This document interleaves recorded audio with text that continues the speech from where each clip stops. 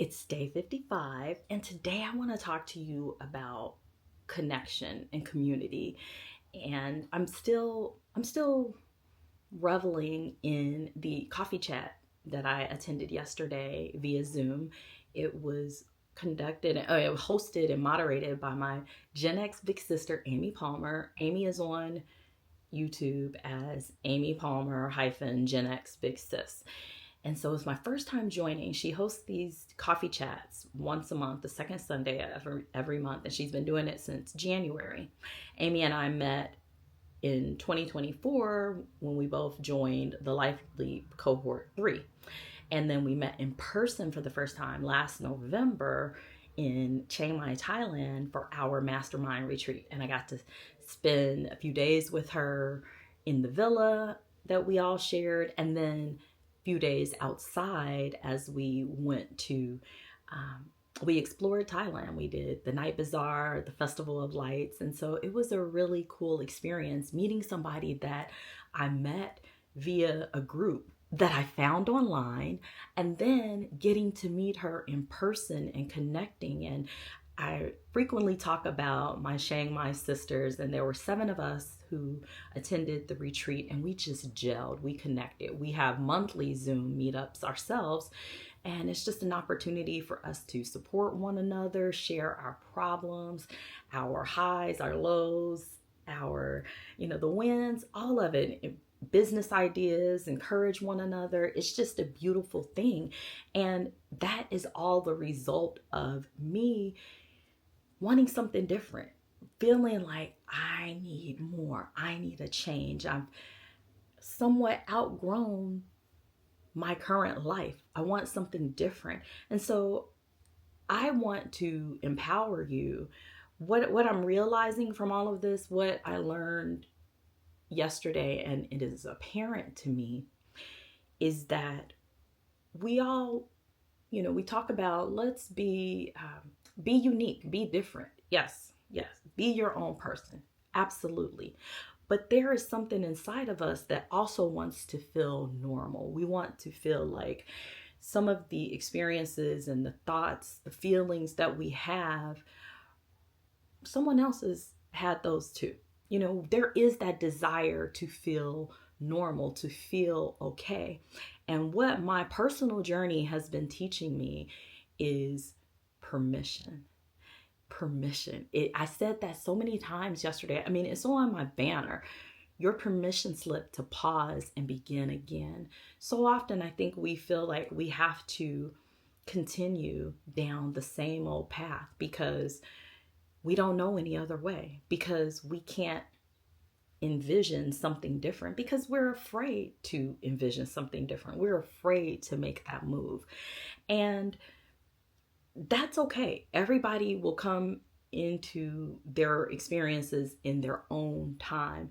I received a comment on one of my videos yesterday that she's now a subscriber, said that she felt so seen. In the video, I'm discussing how I just want to be alone. I like my alone time. I want to probably be alone 90% of the time. How does that work as a wife and a mother? I'm still figuring it out. I said on the call yesterday, I said this out loud, and I'm going to say it to you. I have felt tired of being a mom, tired of being a wife. And I don't say that, loosely. I say that because I'm not the person that I was 10 years ago. I'm not the person that I was 18 years ago when I had my second child. I'm not the person that I was 30 years ago when I had my first child. And the things that we think we want or we want at that time change over years. And what I have really, really disliked, and I basically am bucking the system in a sense, is what feels like an inopportunity to change. When people say, well, you knew this, or you knew, I can't stand that. I want to be like, I don't know, say some not so nice things, because I feel like it limits you. it doesn't allow you to grow. It doesn't allow you to evolve. And so if I can encourage you in any way, that you have to seek internal validation. And that's what permission is all about. It's giving yourself permission, not seeking it from anybody else, but giving yourself permission to feel the way that you feel. Your feelings are valid. You shouldn't have to defend and explain and do all of that. Your feelings are valid. And so one thing I am learning, self-validation. I'm learning permission, and that it's okay to feel what I feel. Sometimes the feeling may last longer than others, but I'm learning to move through the uncomfortable times. And that's what I want to encourage you to do. We all want to feel normal, and at times, especially right now with perimenopause, I feel anything but normal. I don't know if you remember the character from Life, Bokeem Woodbine's character, Can't Get Right. That's me. That's what I feel like with perimenopause. Mrs. Can't Get Right. Yesterday at breakfast, I'm sitting there with Mr. My glasses are fogging, yet I have goosebumps on my arm. I'm trying to regulate my body temperature. And it was just like, what is going on? The last couple of weeks, it's been so difficult to get right with my body temperature. And so, we have all of these things that are going on and happening, these changes internally. And then let's not talk about the changes externally and the world that we live in and the shifts and things that we're seeing. A lot of women, or not a lot of women, a few women talked about just having rage and feeling like, the lack of patience, being easily triggered. I personally am overly stimulated. I went to run errands outside on Saturday, and I was just like, oh my goodness, forgetting that it's Saturday, it's nice weather, and it was the day before Mother's Day. So everybody and their mama were out shopping. It was a lot, y'all. It was a lot. I'm learning that acceptance. So the first thing is acknowledgement. Acknowledge how you feel and be okay with it. One lady on the call asked how others are handling. Sometimes she feels very much motivated, and then other times, I think because she's maybe overextended herself, she feels unmotivated. And what do? They talked about bed rot, as the teenagers say. I couch rotted last week, but when I gave myself those couple of days to just kind of check out, when I re-entered my trip planning and came back to that, I was refreshed. And so pausing is key. So acknowledging, giving yourself permission, and then pausing, trying to assess where you have opportunities for improvement. Because let's face it, sometimes we are the ones who get in our own way.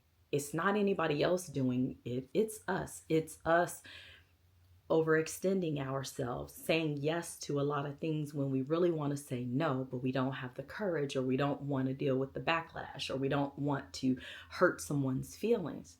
Hurt them.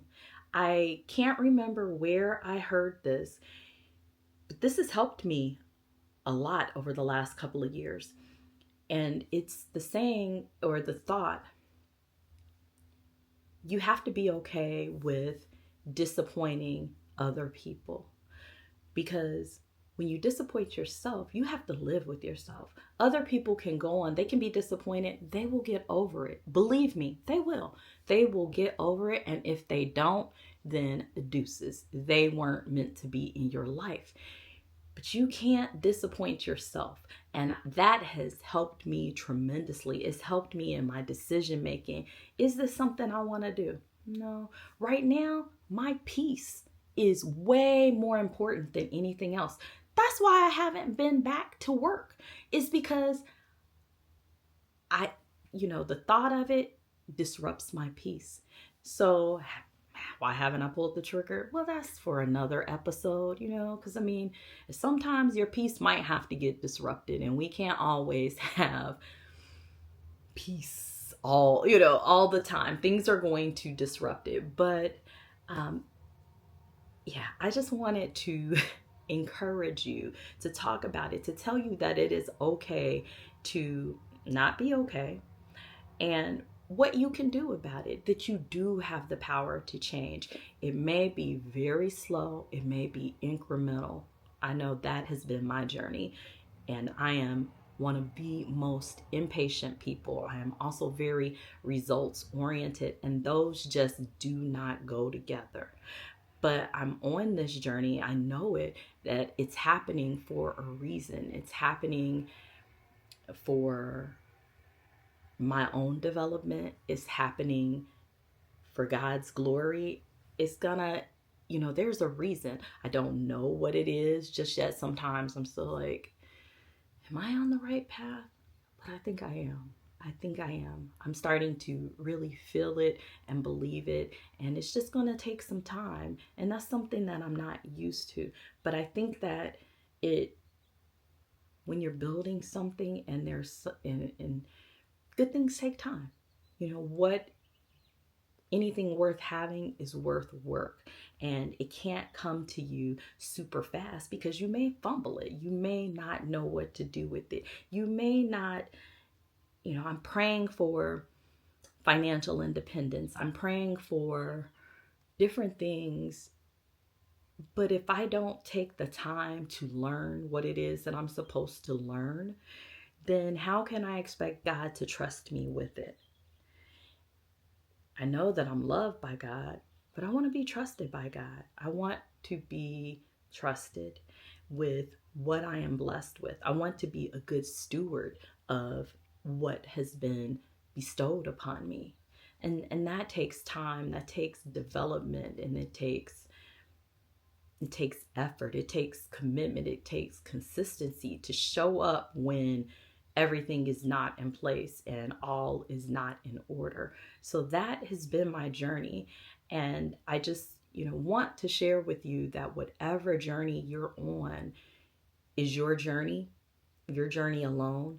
You know what you need to do or to get through it. And I just want to encourage you to stay the course, to continue to show up, to continue to choose yourself, to give yourself permission to not be okay, to say whatever it is that you need to say out loud. I am tired of XYZ.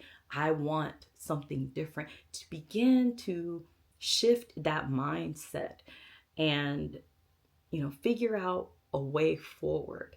So that's it, you guys. Nothing more. I hope that you have a wonderful day. I hope that you have a hope-filled day. And I will talk to you guys tomorrow. Take care.